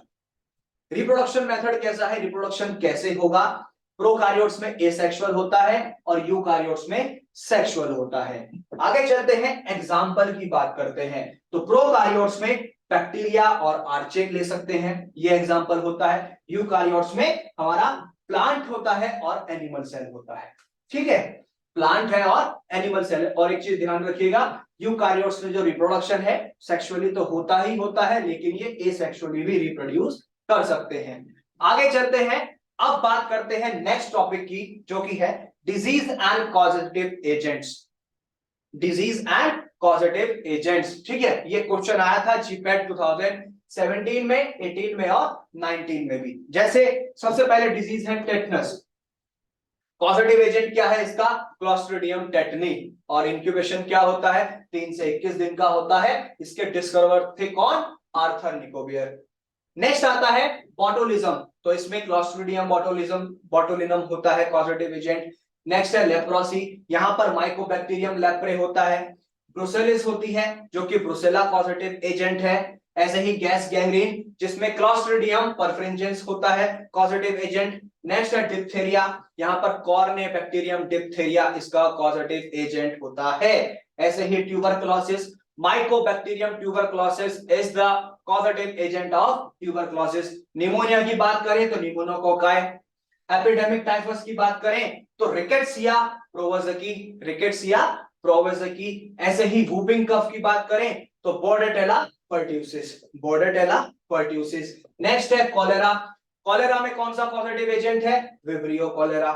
टाइफाइड फीवर की बात करें तो सैल्मोनेला टाइफी। साइफिलिस की बात करें तो ट्रेपोनेमा पैलिडम होता है। और गोनोरिया की बात करें तो निजेरिया गोनोरिया होता है बेसिकली पॉजिटिव एजेंट। तो ये थी डिजीज और उनके पॉजिटिव एजेंट्स। आगे चलते हैं, अब बात करते हैं नेक्स्ट कैटेगरी, जो कि है फंगाई।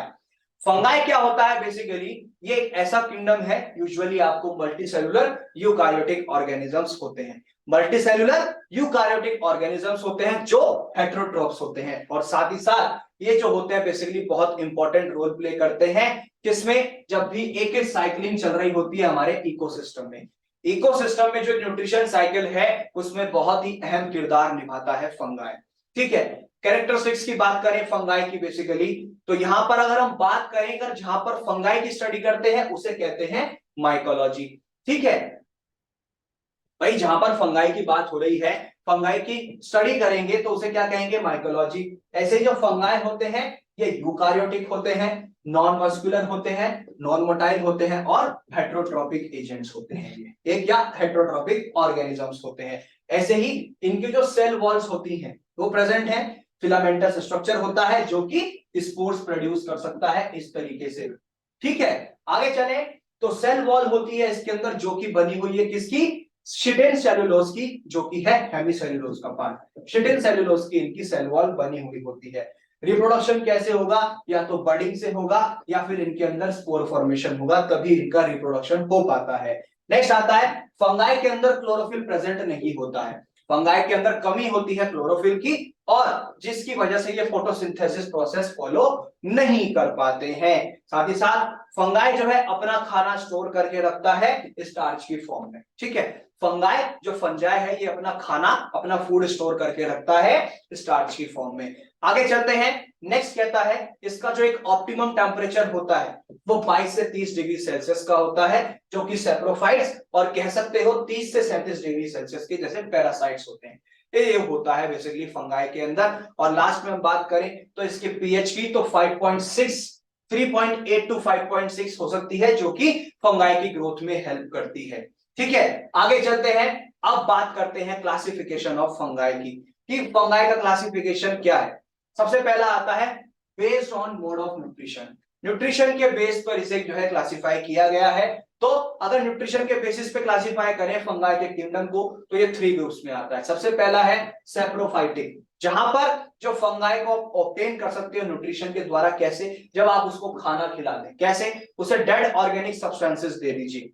अगर सर एग्जांपल बता दे तो हमें समझ आ जाएगा बिल्कुल भी। आप कह रहे हो कि जब फंगाई को हम न्यूट्रिशन प्रोवाइड करा देते हैं, उसे खाना मिल जाता है, ठीक है। कैसे? जब उसे हम डेड ऑर्गेनिक सब्सटेंसेस दे देते हैं तो वो उसे फीडिंग हो जाती है और वो बढ़ना स्टार्ट हो जाता है। कौन? सैप्रोफाइटिक। एग्जांपल राइजोपस होता है, पेनिसिलियम होता है और एस्परगिलस होता है, ठीक है। इस तरीके का बेसिकली आपका एग्जांपल होता है। ये है हमारा एस्परगिलस। आगे चलते हैं, अब बात करते हैं पैरासाइटिक, सेकंड कैटेगरी। पहली थी सैप्रोफाइटिक, नेक्स्ट है पैरासाइटिक। यहां पर क्या होगा, आप फंगाई को ऑब्टेन कर सकते हो कैसे, उसे न्यूट्रिशन प्रोवाइड कराएंगे, या तो वो लिविंग ऑर्गेनिज्म पे रह सकता है।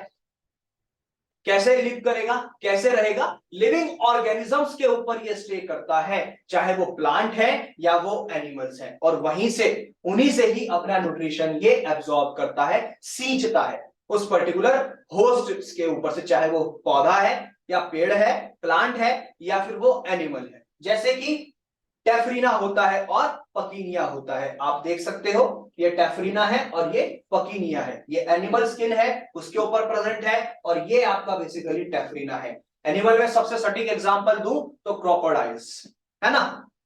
और आप फलों पे देखा ही है आपने, फल सब्जियों के ऊपर बेसिकली प्लांट्स के ऊपर देखा होगा आपने, काई जम जाती है, तो वो बेसिकली फंगाई तो है। ठीक है, आगे चलते हैं। नेक्स्ट कैटेगरी आती है लास्ट, जो कि है सिम्बायोटिक, यानी कि इस टाइप का जो फंगाई होता है ये इंडिपेंडेंटली एक रिलेशनशिप बनाता है अपना, जिसमें अपने फायदे के साथ साथ उस सामने वाले का भी फायदा कराता है, उसे हम कहते हैं सिम्बायोटिक। म्यूचुअली दोनों का ही, जिसके ऊपर ये जाएगा फंगाई होगा, अपने साथ साथ भाई आप किसी से रिश्ता बना रहे हो तो कुछ तो फायदा देखते हो, कुछ तो बेनिफिट देखते हो, और जो सामने वाले ने आपसे रिश्ता बनाया है तो वो भी तो अपना फायदा देखेगा, तो दोनों का ही म्यूचुअल बेनिफिशियल होता है, यहाँ पर दोनों का ही समान भाव से फायदा होता है। अगर मैं बात करूं सिम्बायोटिक की, तो इस तरीके की स्पीशीज होती है जहां पर दोनों का म्यूचुअल ही बेनिफिट होता है, जैसे लिचेंस होते हैं और माइकोराइजिया होता है। अब लिचेंस की बात करें तो ये इस तरीके के सिम्बायोटिक एसोसिएशन होता है कि ये एल्गे और फंगाई का बीच का रिश्ता है। अब यहां पर क्या है, एल्गे और फंगाई दोनों ही समान भाव से म्यूचुअली बेनिफिट हो रहे हैं। कैसे, फंगाई एल्गे को शेल्टर, उसे घर प्रदान कर रहा है, और बदले में जो एल्गे है वो फंगाई को कार्बोहाइड्रेट यानी कि उसे न्यूट्रिशन प्रोवाइड करा रहा है, जिससे फंगाई जीवित रह सके, वो जिंदा रह सके। तो इस तरीके से बेसिकली आपका लिचेंस और माइकोराइजे होते हैं। ये लिचेंस है, यहाँ पर माइकोराइजा नहीं है, लेकिन यहाँ पर माइकोराइजे प्रेजेंट है।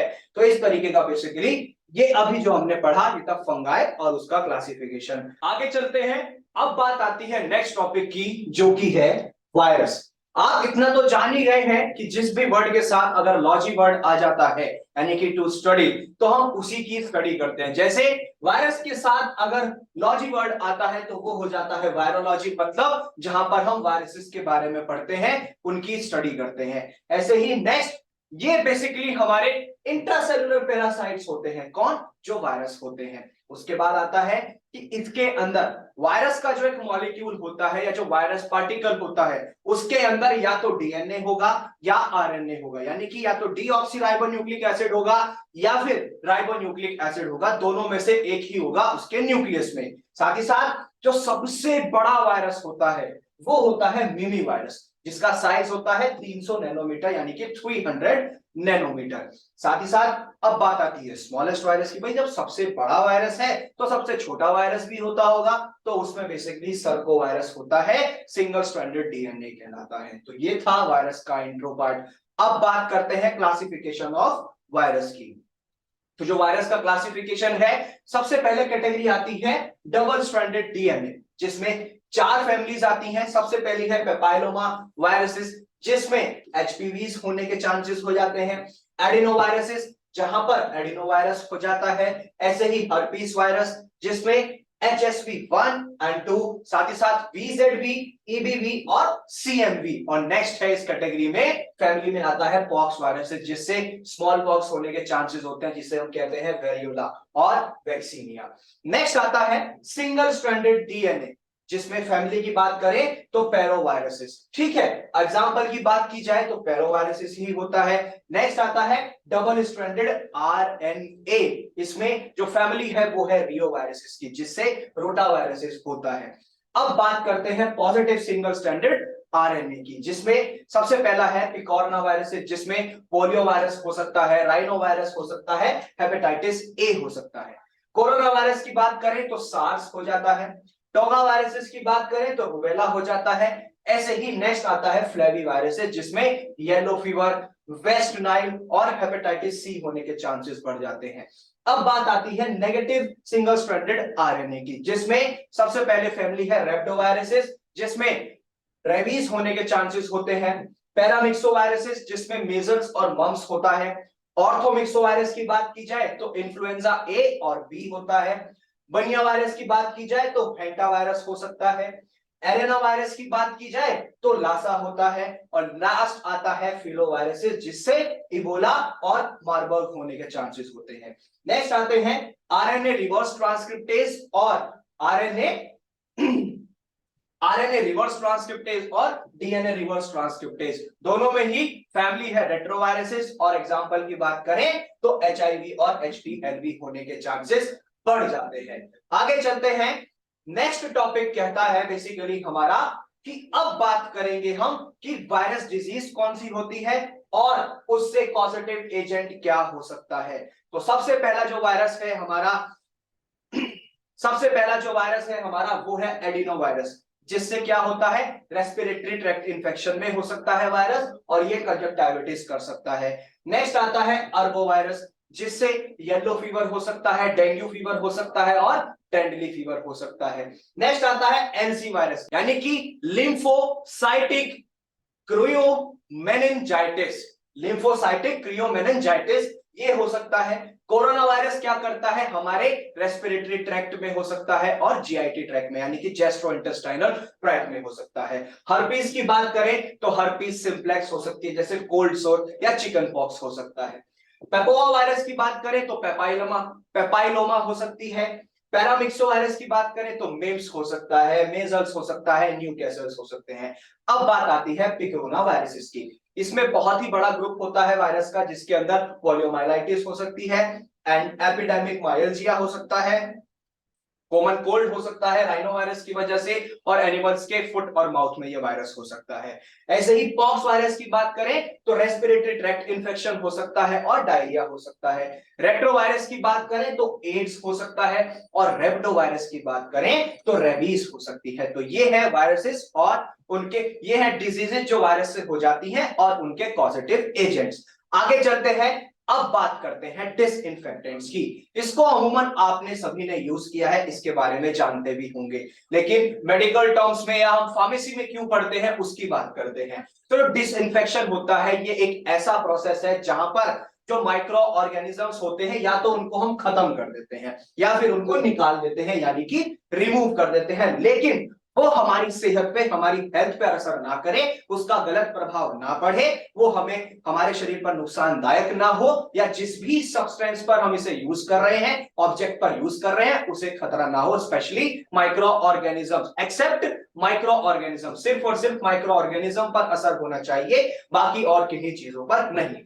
साथ ही साथ अगर मैं बात करूं इसमें आगे तो आता है जो डिसइंफेक्शन होता है ये काम कैसे करता है। जितने भी सेंसिटिव वेजिटेटिव सेल्स होते हैं जिनसे बेसिकली माइक्रो ऑर्गेनिजम्स की ग्रोथ होती है, उनका एक रेशियो बढ़ता है, ये उन्हीं को किल करता है, उन्हीं को ही खत्म करता है। लेकिन यहां पर कोई हीट रेजिस्टेंस एंडोस्पोर नहीं होता, हीट यूज नहीं की जाती। अब बात आती है what is the difference between disinfection and antiseptic. मैं आपको बताता हूं डिसइंफेक्शन एक ऐसा प्रोसेस है जिसमें हम इसको यूज करते हैं इनएनिमेट ऑब्जेक्ट्स पे, नॉन लिविंग ऑब्जेक्ट्स पे, जैसे टेबल होती है, चेयर होती है, बेड होता है, सोफा होता है, कर्टेन्स होते हैं। तो जितने भी नॉन लिविंग ऑब्जेक्ट्स हैं उन पे से माइक्रो ऑर्गेनिजम्स की ग्रोथ को हटाना, उसको रिमूव करना, उनको खत्म करना, उस प्रोसेस को डिसइंफेक्शन कहते हैं। लेकिन अगर बात करें हम एंटीसेप्टिक की तो इन्हें हम लिविंग टिश्यूज पे यानी कि बॉडी टिश्यूज पे यूज करते हैं, जैसे डेटॉल आता है, डेटॉल का लिक्विड आता है, ठीक है। तो ये है हमारे एंटीसेप्टिक। ऐसे ही हम एक एंटीसेप्टिक इंजेक्शन लगवाने जाते हैं, है ना, जब कोई सेप्सिस ना हो जाए उससे बचने के लिए। तो ये होता है डिफरेंस डिसइंफेक्शन में और एंटीसेप्टिक में। आगे चलते हैं। अब बात करते हैं कि कैरेक्टरिस्टिक्स क्या होनी चाहिए एक आइडियल डिसइंफेक्टेंट की, यानी कि एक आइडियल डिसइंफेक्टेंट किस तरीके से अच्छा होना चाहिए उसके बारे में बात करते हैं। सबसे पहला ब्रॉड स्पेक्ट्रम, मतलब कि ये हर तरीके की एंटी माइक्रोबियल एक्टिविटीज परफॉर्म करे, यानी कि हर किसी भी माइक्रो ऑर्गेनिज्म पे ये असर करे।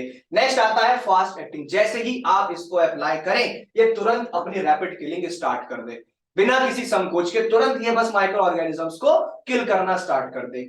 नेक्स्ट आता है, ये एनवायरमेंटल फैक्टर से अफेक्ट नहीं होना चाहिए, जैसे कि हो सकते हैं ब्लड हो सकता है, स्पूटम हो सकता है, फीसिस हो सकते हैं, या फिर ये बेसिकली हमारे जैसे सोप्स है, डिटर्जेंट्स है, इनके साथ ये कंपैटिबल भी होना चाहिए। मतलब जो बाहरी करण जो भी है हमारा सराउंडिंग्स में, एनवायरमेंट में जो भी प्रेजेंट है, उससे इस पर कोई फर्क नहीं पड़ना चाहिए। नेक्स्ट आता है नॉन टॉक्सिक, यानी कि ये कोई अगर पेशेंट इन्हें यूज कर रहा है या जो भी इन्हें यूजर यूज कर रहा है, इस्तेमाल कर रहा है, उन पर इसका गलत प्रभाव नहीं पड़ना चाहिए, उनके लिए हानिकारक नहीं होना चाहिए। साथ ही साथ सरफेस कंपैटिबिलिटी, जिस भी सरफेस पर हम इस डिसइंफेक्टेंट को यूज करते हैं उस सरफेस पर ये कंपैटिबल होना चाहिए। ऐसा ना हो कि जहां पर भी आपने इसे इस्तेमाल किया वो सरफेस ही खराब हो गई है, वो आगे जाकर इस्तेमाल करने लायक ही ना बचे, या उससे कोई ऐसी चीज ना हो, जैसे क्लोथ है, कपड़ों पर इस्तेमाल कर रहे हैं, सोफे पर बैठने के लिए इस्तेमाल करते हैं,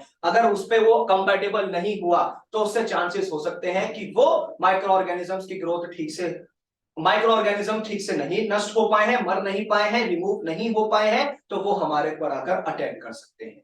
ठीक है, आगे चलते हैं। नेक्स्ट प्रॉपर्टी कहती है, नेक्स्ट प्रॉपर्टी कहती है रेसिडुअल इफेक्ट होना चाहिए ट्रीटेड सरफेसेस पे। मतलब बेसिकली जो एंटी माइक्रोबियल फिल्म होती है हमारी, ठीक है, वहां पर ये अपना एक अच्छा इफेक्ट छोड़े, जिससे कि आगे जाकर जो भी उसके इंस्ट्रक्शंस गिवन होते हैं लेबल में, वो अच्छे से क्लियर होने चाहिए, सबको पता होना चाहिए, कैसे इस्तेमाल करना है वो भी होना चाहिए। नेक्स्ट अडरलेस, मतलब कि उसके अंदर ऐसी स्मेल ना हो कि जिससे हमें दिक्कत हो रही है, उससे हमें परेशानी हो रही है, हमें छींके ज्यादा आ रही हैं, हम सहन नहीं कर पा रहे हैं, तो ऐसा उसका ऑर्डर नहीं होना चाहिए। आगे चलते हैं। नेक्स्ट आता है इकोनॉमिकल, मतलब उसकी कॉस्ट ज्यादा हाई नहीं होनी चाहिए, इकोनॉमिकल कॉस्ट होनी चाहिए, यानी कि कीमत उसकी इतनी हो कि हर कोई उसे आसानी से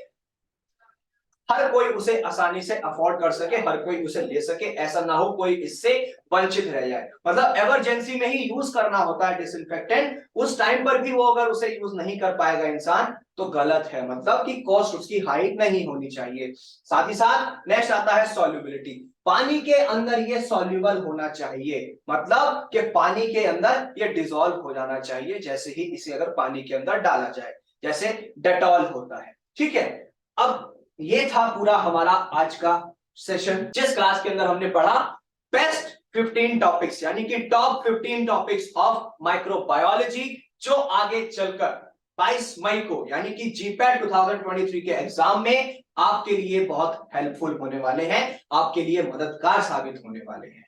ठीक है, ऐसी हमारी पूरी कोशिश थी जिसमें कि आपके लिए एक आसानी हो सके कि कौन कौन से टॉपिक्स हम मेन कवर करें माइक्रोबायोलॉजी से, तो आपको इस लेक्चर से बहुत मदद मिली होगी। तो इसी तरीके से बने रहिए फार्मेसी इंडिया के साथ, क्योंकि इस बार जीपैट हमारा है। मेहनत करते रहिए, अच्छे से पढ़ाई करते रहिए, और जो आपका गोल है वो जरूर आप अचीव करेंगे, क्योंकि डरने की है क्या बात जब फार्मेसी इंडिया है आपके साथ।